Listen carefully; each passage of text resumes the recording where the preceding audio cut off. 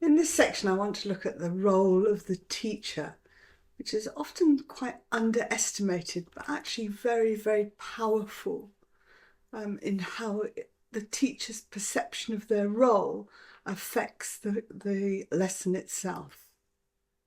So before we start, can you download and complete the worksheet teacher questionnaire? So this will give you some ideas about how your role is in the classroom. You may or may not agree with it. That's fine. It's really just to get you thinking about your own role in the classroom. Come back when you're ready. Okay, so why is the teacher's role critical?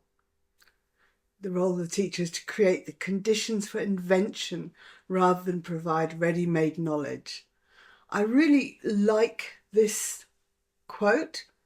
However, I find that many teachers like it in theory, but in practice it doesn't really happen. So on first initial training courses, we always do a little bit of an experiment. So we ask all the teachers to stand up, or the newbie teachers, pre-service teachers, and ask them to sit down when the sentence or the statement doesn't resonate with them. So the first thing we say is the teacher is standing at the front of the class. Everyone stays up. The teacher is speaking. Everybody stays up. The students are all listening. Everybody stays up. The teacher is confident and has good content. Everybody stays up. And when we unpick that, we understand that the role of the teacher, and you have to remember this is why they're attracted, or many of them are attracted to the role, is that they feel that they are standing at the front and that they are being listened to. When in reality that rarely happens, and in a student-centred class that's driven by being student-centred, that happens less and less. And the more experienced a teacher is, we would argue that it again decreases substantially. The amount of time the teacher is at the front explaining drops. So the role of the teacher and the perception of it is critical. It's also, this is dictated by culture and custom as well, and location. So different teacher role expectations are often set.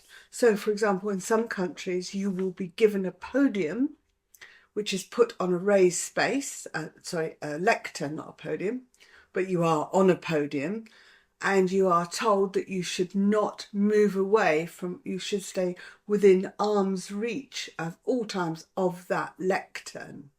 Very, very difficult. There are also situations where teachers are online with many, many dozens of students, and in a sense that it's very hard to create a lesson that isn't student-centered, that isn't teacher-centered. So different contexts require different roles of teachers, and teachers have to adapt. However, as an ideal or a direction to aim for or head for, student-centered work is where most learning takes place, and most thinking about methodology acknowledges that this is the best way for students to learn. And when I say student-centered, what I mean is that they are doing the work, they're working out the problems, and the teacher becomes a resource. So in the sense the students are proactive and the teacher reacts to their need, as opposed to the teacher being proactive and the students reacting to the tasks that the teacher sets. So although the teacher is always powerful in the classroom, in a student-centred classroom, the students are likely to have more power than in teacher-led, and the engagement is different. The engagement is more of equals. The role of the teacher is to supply and discover the student's need, and the student's role is to display the need and get the help that they want. So the contract between teacher and student changes quite dramatically in a student-centred classroom, which is not always what everybody wants. And also it creates different types of classrooms. So classrooms that are student-centred are not working in lockstep, everybody together at the same time. They can feel kind of messy and a bit scrappy because people are working at different things at different times. The teacher is much more low-key and is more in a supportive role. It depends again on context. However, I think I would say to you as a teacher, think about the roles that you're most comfortable in, and also to what extent can you try out other roles? How many roles do you play in your class? Or have you fallen into a pattern of always the same? Experiment, try. It's worth it. Okay, so there are obviously many different roles. We have facilitator, that person that helps organise things, gets everybody, they provide what's required. The expert, standing at the front, I'm the one who knows about this piece of grammar, I'm going to tell you what it means. Controller, it's kind of the classroom management, be quiet, give me the answer, into groups, you've got 5 minutes.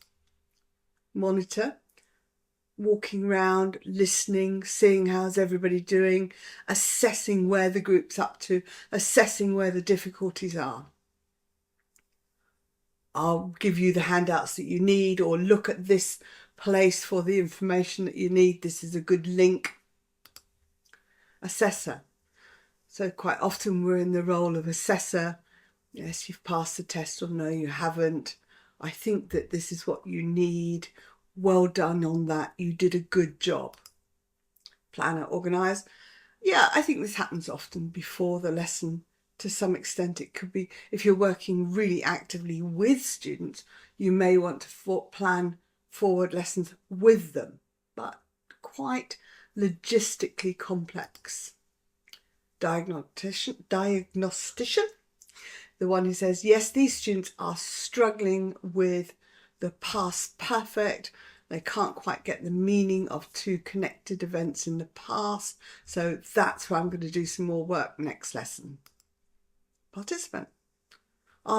Into pairs, I'll be your partner. Well done, that was good. Yes, go again, that really worked. Okay, so lots of roles. Can you download Teacher Roles worksheet and consider the disadvantages of each role? Roles are not all positive, so have a look and consider some of the disadvantages of each role. Come back when you're ready. Okay.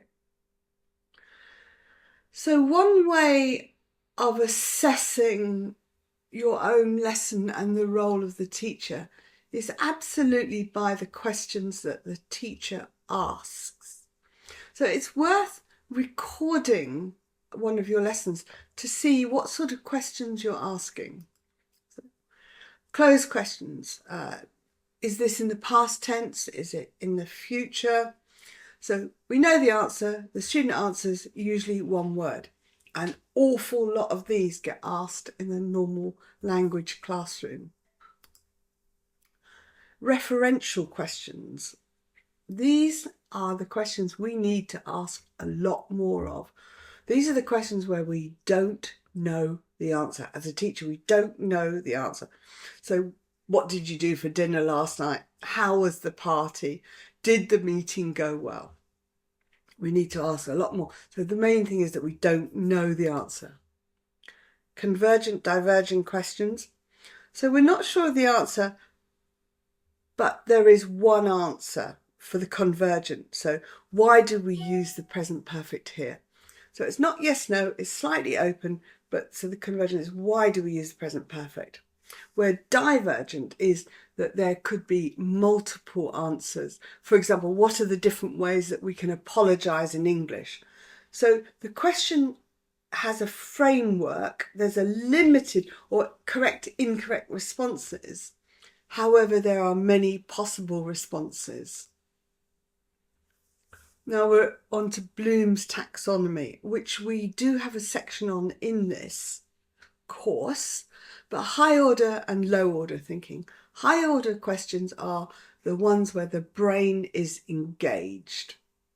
High order questions could be, can you use this piece of vocabulary in a sentence?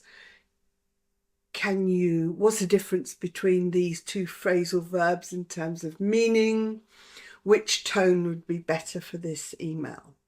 Lower order questions are much simpler, like what's the plural of child? Translate library into your language. So the lower order questions don't require so much mental engagement. Socratic questions. Why do you think that's the correct preposition? How do you know that this is formal register? So we're not sure. We're challenging the student to really think at a deeper level about the language. And display questions. We do way too many display questions with our students. So the teacher knows the answer, and we're really just checking that the student knows. So what's the past tense of go? Give me an example of a phrasal verb. The student gets it either right or wrong. It tends to be more a display of the teacher's knowledge, to be honest, rather than the student's. So record some of your lessons and work out what questions. Are you asking higher order questions? Are you asking referential or Socratic questions? Or do you tend to be at the lower end of the scale with your questions to students? Are they more closed, lower order display questions? It takes confidence to start asking Socratic higher order questions when you can't necessarily guess how the students will respond, which is why it's more difficult to do. So teachers tend to prefer referential display closed questions. If you're not asking enough of them, start thinking about how you can incorporate more into your lesson. Okay, so testing the teacher role. How to sort of get teachers to look at the roles that they're taking. So look at the assumptions that teachers make. Try different things. Try some different level activities. Try passing over the power more to the students. I was in a Delta class once where the teacher was required to leave the lesson for 50% of the time. And she found it almost impossible. She sat outside the door almost crying. She couldn't face being out of the role at the front. So it's quite a nice task. So try and shake it up a bit. What are your assumptions? Are you needed in the classroom? Can you step back? Can you try different level material? Experiment, in other words. Teacher language. This is quite important. So we've looked at questions. What questions are the teachers asking? And also assess, you need to record your lessons for this, of course, but assess how many times is there authentic communication in the classroom. Authentic in the sense that there is genuine human being to human being communication without some kind of power balance of I'm the teacher and you're the student. You're looking for authenticity of language as much as possible. Yes, look at the interaction patterns. That's another part of this course. Learner questions. Are the learners asking any questions? That if they are, great. That's the first breakthrough. Also look at the quality. Are the learners asking questions like, can I say this? Does this sound right? Would you put that word into this sentence? So are the students using the teacher as a resource in which they can explore language, or is it, did I get number 5 right? So it's very valuable. Obviously, you want the more where the teacher's reacting to the students, providing they set up the need and the teacher provides the resource for them, as opposed to, okay, everybody, let's do this control practice and I will tell you the answers and you will tell me how many you've got wrong. Horrible. Okay. Also, assess how many or how much individual feedback is being given.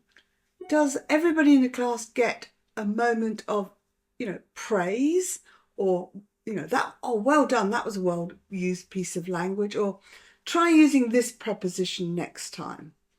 Or is everything in lockstep and, praises, okay, well done everybody who got 10 out of 10, 9 out of 10, not bad. Those of you under 9, come on, do the homework. How many times is the teacher out of the sort of lockstep role and giving individual feedback? So all of those questions help test the role of the teacher. Oh, I forgot this one. Leave the room. I was on a Delta course where a teacher was required to leave the room for 50%. And it was a good requirement because she could not get out of being at the front of the room.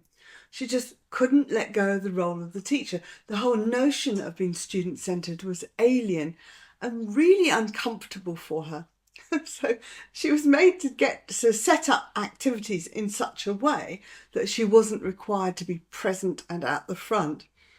And she would be outside the classroom absolutely sweating and in tears, because she wasn't needed. There's a lot of psychology in teaching. We need to think what we want from our students this is not a psychology course, but at an ego level. Are we there to serve? What do we actually looking for from our students we invest so much. We give our time, we put ourselves on the line. It's natural that we would want things from it. And we need to ask ourselves, what is that we're looking for? And if it's for our own audience or ego, we need to get rid of that one.